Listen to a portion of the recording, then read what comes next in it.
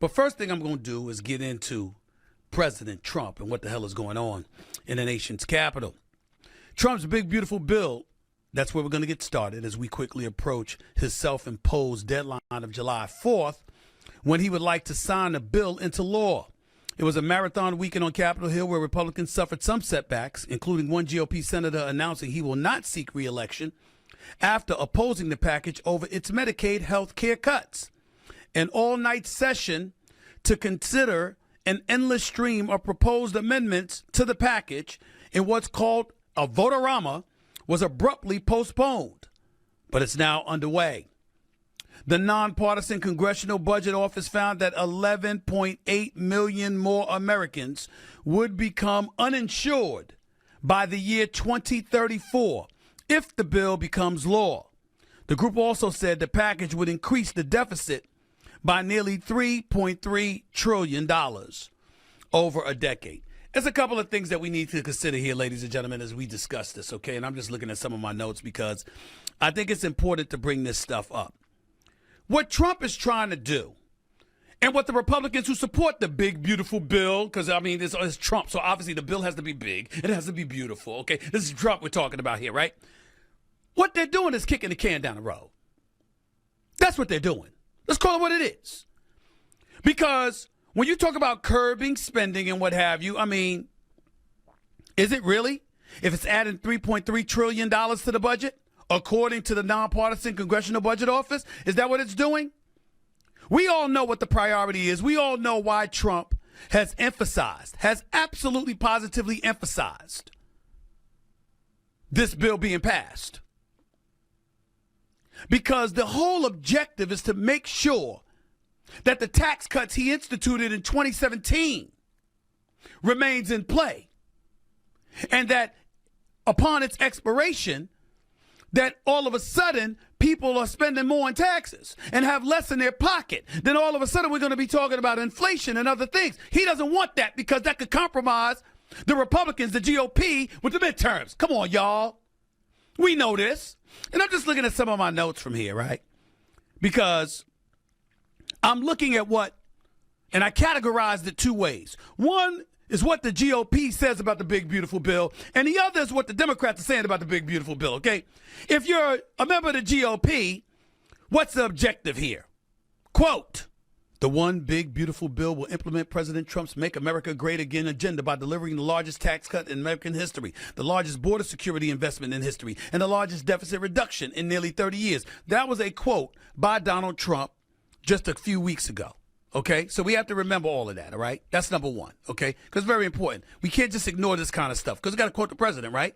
I'd say we do. Here was what the Speaker of the House, Mike Johnson, said at that particular moment in time. Today, the House has passed the generational, nation-shaping legislation that reduces spending, permanently lowers taxes for families and job creators, secures the border, unleashes American energy dominance, restores peace through strength, and makes government work more efficiently and effectively for all Americans. This is what they're talking about. And what they're going to do, extension of the 2017 tax cuts, new tax breaks, SALT deduction increase, state and local tax. That's what SALT stands for. Deduction cap is raised from $10,000 to $40,000 for married couples earning up to $500,000, addressing concerns from representatives in high tax states like New York and like New Jersey. And also, the big, beautiful bill is supposed to be something that supports small businesses. Why? Because they're saying provisions such as the reinstatement of immediate R&D expensing and increased pass-through deductions aim to bolster small businesses and domestic manufacturing. This is what they're saying. This is the GOP now. Their interpretation of it. Work requirements. The bill imposes work requirements for Medicaid recipients, a move Republicans argue will reduce fraud and ensure aid research reaches the truly needed. Amongst other things like eligibility verification, coverage restrictions, all of that stuff. That's what the Republicans say. Now let's go to what the Democrats have to say about the big, beautiful bill. According to House Minority Leader Hakeem Jeffries, okay, this is when it was passed by the House, because remember, the Senate still got to approve and all this other stuff. But this is at the time. This is weeks ago. He said, we believe it's one big, ugly bill that's going to hurt the American people, hurt children, hurt families, hurt veterans, hurt seniors, cut health care, cut nutritional assistance, explode the debt. That's what Hakeem Jeffries said at the time. Senate Minority Leader Chuck Schumer What did he say? This is not one big, beautiful bill. It's ugly. There's nothing beautiful about stripping away people's health care, forcing kids to go hungry, denying communities the resources they need, and increasing poverty. They get specific. Health care cuts. The bill imposes work requirements for Medicaid recipients and reduces federal Medicaid payments to states, potentially leading to millions losing coverage. Point number 2, tax benefits for the wealthy. Democrats argue that the bill extends tax cuts primarily benefiting high-income earners and corporations while offering minimal relief to working and middle-class Americans. What else did they talk about? Increased deficit. The Congressional Budget Office estimates that the bill could add $2.3 trillion to the national deficit over the next decade. Now the next thing you know, they're up to $3.3 trillion. So let's keep that in mind, okay? Number 4, social program reductions. The legislation includes significant cuts to SNAP. That's food assistance and other safety net programs, which Democrats believe will exacerbate poverty and hunger. Last but not least, restrictions on reproductive and LGBTQ plus health care. The bill prohibits Medicaid from covering gender-affirming care and services provided by clinics that offer abortions aligning with conservative social policies. That last part right there, you're going to have some people that's up in the air about that. And I'll tell you where you're going to lose that argument if you're the Democrats. You're going to lose that argument is that if you are of the mindset that, you know what, we support stuff without parental guidance. And without parental interference. When you're trying to sit up there and promote children being able to make decisions for themselves, parents ain't going to go for that. Parents ain't going to go for that. So you need to do everything that you can, even though that's not going to happen under Trump's administration. You need to do everything you can to separate yourself from that issue. I'm telling you that right now, because you're going to lose. You're going to lose. Now, having said all of that, to get back to the Republicans and this representative from North Carolina who's not going to run again, the senator, I believe. Let's understand something here. When you have GOP members talking about they're going to have 600,000 plus members of their constituency that are going to be without health care in a matter of years, that's what's going on in North Carolina. That's why that senator won't support the big, beautiful bill as presently constructed. That's what's going on.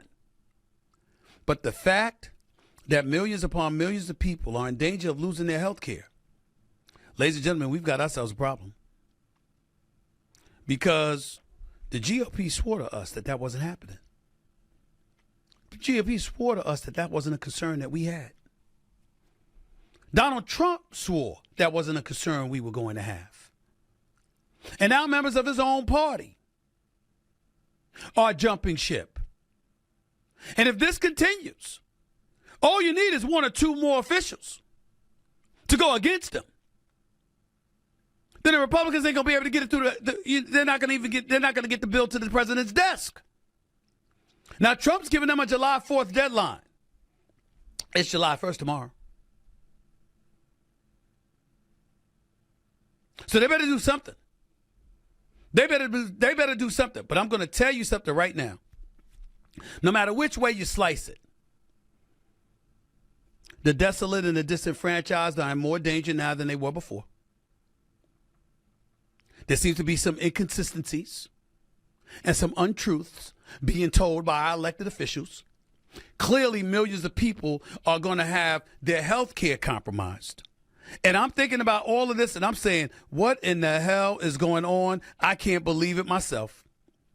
But I tell you, something better be done. Something's going to have to be done.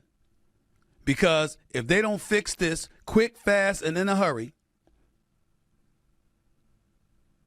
the Republicans are going to be in trouble during the midterms. And Trump knows it. And if the Republicans lose the midterms in the House, in the Senate, where the Democrats get a majority, he's not going to be able to get anything passed. And he knows it. I'm just looking at some of these things here. Some of the things that the Republicans swore up and down. And it is getting alarming. Talk about the cost of Medicaid up 78%, Medicare up 75%, Social Security up 73%. Democrats are saying Americans, these are the Republicans that send me these notes. Democrats are saying Americans will die with that massive increase in spending. Senate Republicans are right saying we need to cut it. But the bottom line is they're trying to jumpstart the economy. See, in the end, what Trump believes at his heart of hearts is that everything is stirred by the economy. As long as the economy is flowing, people ain't worried about it. So what? Medicare cost and Medicaid cost and all of this other stuff comes into fold. If you have a flourishing economy, then ultimately people will be able to afford to spend. And as a result, they'll be able to take better care of themselves in the process. That's what he's thinking. Whether I'm buying that, I'm not sure. I'm going to listen to more and more, because what I really, really want to hear more about is these assertions that millions are going to lose health insurance. That's what I want to find out about. That's what we all need to be looking at right now.